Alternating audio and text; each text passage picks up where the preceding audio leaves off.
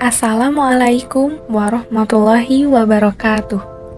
Perkenalkan, kami dari kelompok 4 mata kuliah kesekretarisan yang beranggotakan Aulia Listiani, Bagas Yuliat Maji, dan saya sendiri, Yuniar Ardiani. Pada kesempatan kali ini, kami akan menjelaskan materi tentang etiket menerima tamu. Sebelumnya, apa itu yang dimaksud etika? Etika adalah hal yang terjadi karena niat dalam diri sendiri. Etika itu bersifat mutlak dan berasal dari hati nurani. Sedangkan, apa yang dimaksud dengan etiket? Etiket merupakan tata cara pergaulan yang baik antar sesama manusia dan bersifat relatif. Selanjutnya, apa itu tamu kantor? Tamu kantor adalah seseorang atau kelompok yang datang ke sebuah perusahaan untuk keperluan tertentu. Lalu, apa yang dimaksud dengan etiket menerima tamu? Etiket menerima tamu dapat diartikan sebagai tata cara menerima tamu dengan baik sesuai dengan ketentuan yang berlaku. Dalam etiket menerima tamu, ada bahasa tubuh dan cara berpakaian yang harus diperhatikan. Yang pertama, bahasa tubuh. Bahasa tubuh dapat diartikan sebagai ekspresi wajah, postur tubuh, dan berbagai sikap yang dapat menyampaikan kesan dan pesan. Sedangkan, ekspresi wajah menunjukkan emosi seseorang, tingkah laku, dan tingkat kehangatan seseorang kepada yang lainnya. Selain itu, bahasa tubuh juga dapat menunjukkan kekuatan dan kepercayaan diri seseorang. 2. Kontak mata. Mengatur kontak mata sangat penting saat berbicara dengan orang lain. Kontak mata dapat memberikan informasi banyak tentang orang tersebut atau tentang orang yang sedang berbicara dengan kita. Karena mengatur kontak mata pada orang lain menunjukkan rasa respek dan perhatian. 3. Jarak. Jarak di antara dua orang ketika berinteraksi sangat mendukung dan mengarah pada apa yang sedang diperbincangkan. Dalam jarak, perbincangan pribadi untuk instruksi biasanya berjarak 2 hingga 4 kaki. Sedangkan jarak individu 4-12 kaki. Untuk situasi bisnis di mana orang-orang berinteraksi lebih formal dengan cara impersonal. Selanjutnya di sini ada materi tentang menyentuh, memberikan pelukan atau ekspresi sikap pada penyelia dan rekan kerja yang sebaya tidak disarankan dalam kebiasaan kantor, karena dalam keseharian menyentuh bisa diartikan sebagai bentuk dari rangsangan seksual dalam beberapa kondisi. Jadi itu lebih baik tidak disarankan untuk dilakukan dalam menunjukkan sikap di kantor. Di beberapa budaya Amerika Selatan dan negara-negara Arab, kontak badan banyak dilakukan dalam situasi bisnis dan sosial antara laki-laki dengan laki-laki dan wanita dengan wanita. Yang kelima itu ada waktu. Sikap menghargai waktu sangat bervariasi antar budaya. Di Jerman, sikap menghargai waktu sangat penting, tetapi di Algeria, sikap tersebut tidak diterima secara luas. Ketika mengatur bisnis dengan orang-orang dari budaya lain, sangat penting untuk mempertimbangkan perbedaan sikap dalam menghargai waktu agar dapat bekerja secara harmonis dengan orang-orang lain. Pada pertemuan atau penerimaan tamu, biasanya waktu adalah hal yang bisa dikatakan sangat penting dalam mencakup hubungan yang akan melanjutkan bagaimana kecitra perusahaan dari antar mitra. Selanjutnya di sini akan dibahas mengenai berpakaian dan berpenampilan dari pria dan wanita. Untuk pria itu menggunakan pakaian rapi yang tidak kotor dan juga tidak kumal, lalu wangi, menggunakan kemeja berkerah, menggunakan dasi, menggunakan celana formal, serta menggunakan jas. Tapi menggunakan jas ini merupakan opsional atau bukan kewajiban. Dan untuk yang wanita itu hampir sama seperti yang laki-laki, menggunakan pakaian yang rapi, tidak kotor dan juga tidak kumal, lalu wangi, menggunakan kemeja berkerah, menggunakan rok atau celana formal, hal ini juga opsional, serta menggunakan blazer. Penggunaan blazer pada wanita juga merupakan opsional. Penampilan yang baik ini merupakan pertimbangan utama dalam memproyeksi bisnis. Dalam menjalankan bisnis, untuk lebih konservatif, pekerja laki-laki mengenakan kemeja dan dasi, sedangkan pekerja wanita mengenakan rok. Sebaiknya pekerja laki-laki dan wanita saling memberikan motivasi dalam berpakaian. Untuk para wanita, sebaiknya mengetahui bahwa dalam beberapa negara bagian Eropa, celana panjang untuk wanita tidak digunakan untuk bekerja, dan laki-laki mengenakan jas atau kemeja hanya untuk di kantor. Pakaian dan penampilan sangat penting untuk kesuksesan bisnis. Namun dalam perusahaan multinasional Amerika, para pekerja akan mendapatkan pengetahuan mengenai komunikasi nonverbal yang berbeda antar budaya. Jadi hal ini berguna untuk bersaing di ekonomi global. Selanjutnya beralih ke cara pelayanan tamu kantor. Yang pertama ada mengetahui nama tamu, nama kantor, nama perusahaan, itu termasuk identitas, serta maksud dan tujuan dari tamu datang ke kantor. Yang kedua, ada memberikan kesan yang paling menyenangkan. Hal ini bisa dilakukan dengan cara pada saat tamu datang, kita bisa menyambutnya dengan sikap yang paling ramah, dan tidak lupa juga dengan senyum. Hal ini akan memberikan kesan yang baik bagi tamu kepada kantor tersebut. Yang ketiga, itu ada menyapa, menghormati, serta memberi bantuan dengan informasi yang tepat. Contoh dari hal ini yaitu kita pertama saat ada tamu itu langsung menyapa dan menanyakan identitas seperti yang dijelaskan di poin 1, lalu menghormati tamu tersebut dengan cara menatap matanya saat berbicara agar tamu tersebut merasa di-respect. Lalu memberi bantuan dengan informasi yang tepat. Apabila tamu bertanya, kita bisa memberitahu jawabannya dengan jawaban yang tepat dan memuaskan tamu tersebut.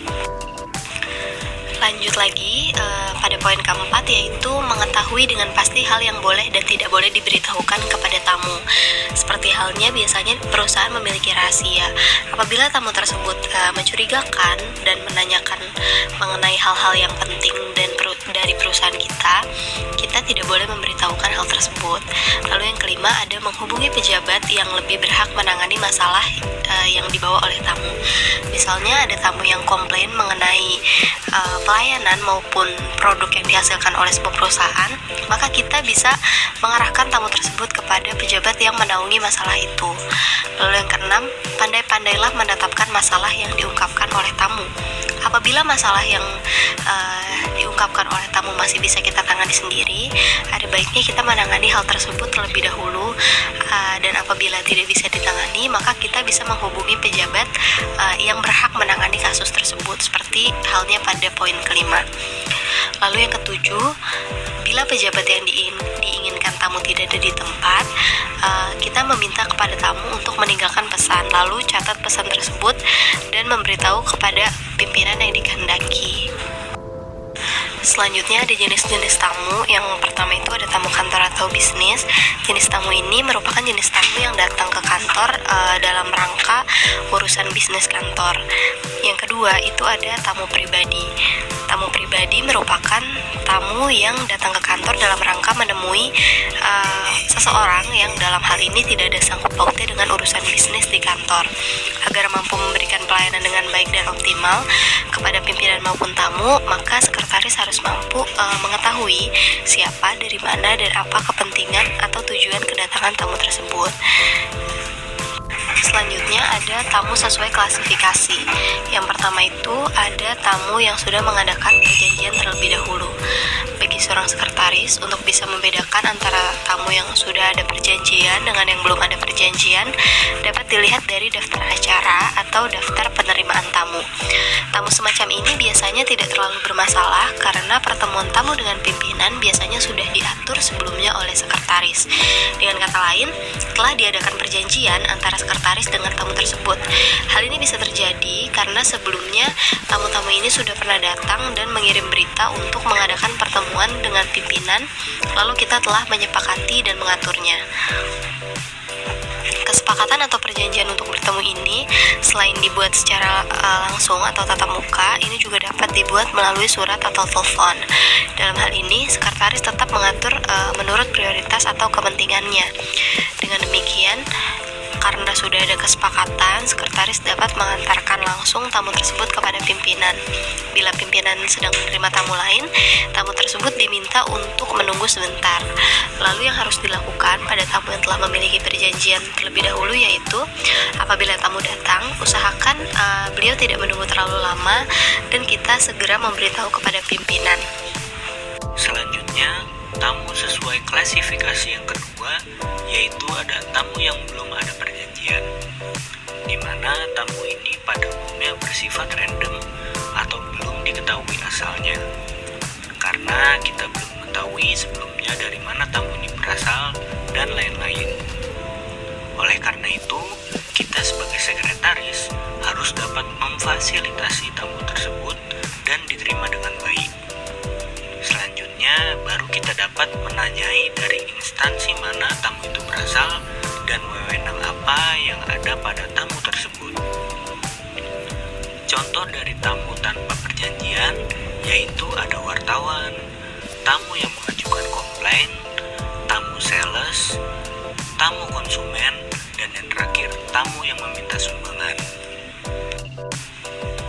Selanjutnya, tamu sesuai klasifikasi yang ketiga yaitu tamu relasi pimpinan, di mana tamu tersebut adalah tamu yang biasa atau sering ditemui oleh pimpinan perusahaan.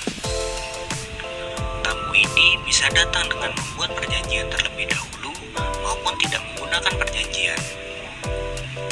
Sebagai seorang sekretaris, khusus dalam menangani tamu tipe seperti ini, kita harus mengantar tamu tersebut untuk langsung bertemu dengan pimpinan.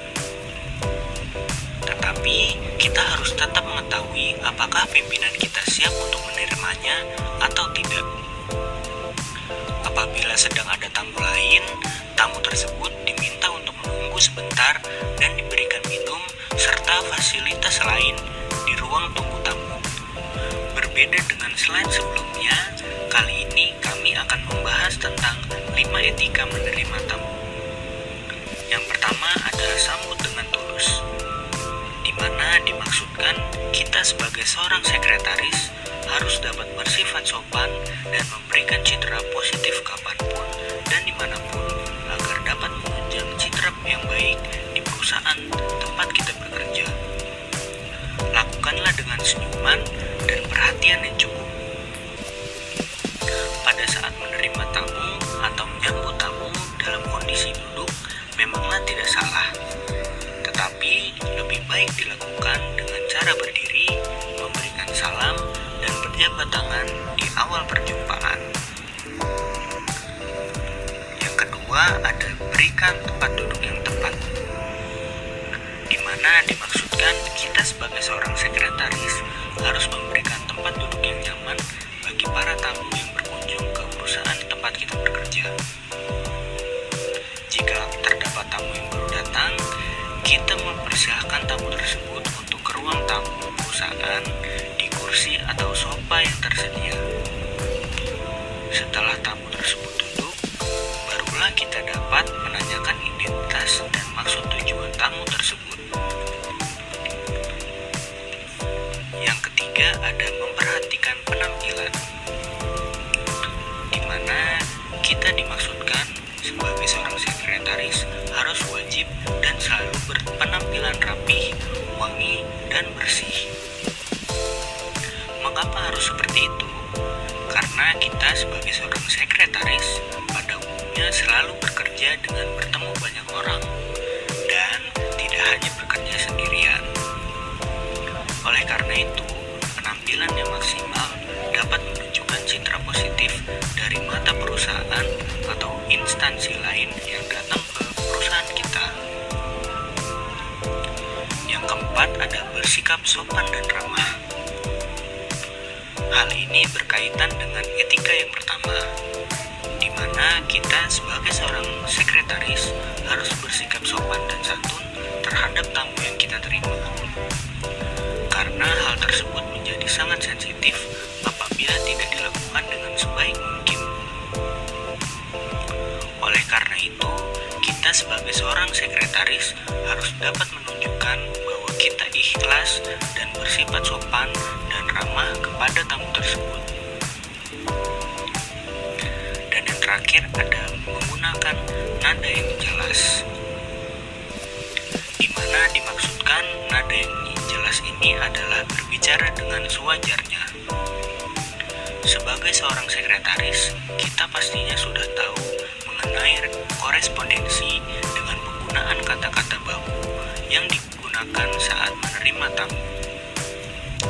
Nada yang jelas juga tidak dimaksudkan agar berbicara lebih keras atau teriak. Selanjutnya, pada slide ini membahas tentang penyimpanan catatan tentang tamu. Hal ini dimaksudkan agar tamu yang datang ke perusahaan atau instansi tempat kita bekerja dapat dituliskan dengan maksud dan tujuannya. Secara garis besar, form tamu berisikan data diri dan maksud tujuan tamu berkunjung ke perusahaan. Untuk lebih lengkapnya, form kedatangan tamu juga harus ditandatangani oleh penerima tamu dan tamu yang bersangkutan. Selanjutnya, pada slide ini membahas tentang tata ruang penerimaan tamu, di mana sebagai seorang sekretaris, kita sebelum akan menerima tamu harus dapat mengecek kelengkapan dan fasilitas yang ada di ruang tamu, khususnya yang berkaitan dengan tata ruangan tamu yang harus nyaman, bersih, dan rapi. Selanjutnya, melengkapi ruangan tamu dengan buku tamu, brosur perusahaan, majalah, dan lain-lain.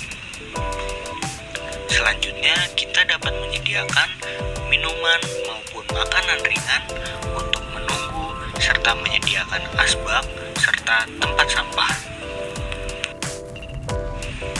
Selanjutnya, pada slide terakhir terdapat bagian bingkisan untuk tamu, di mana dimaksudkan setiap tamu bisnis yang datang ke perusahaan atau instansi tempat kita bekerja mendapat kesan yang baik setelah berkunjung atau bertamu.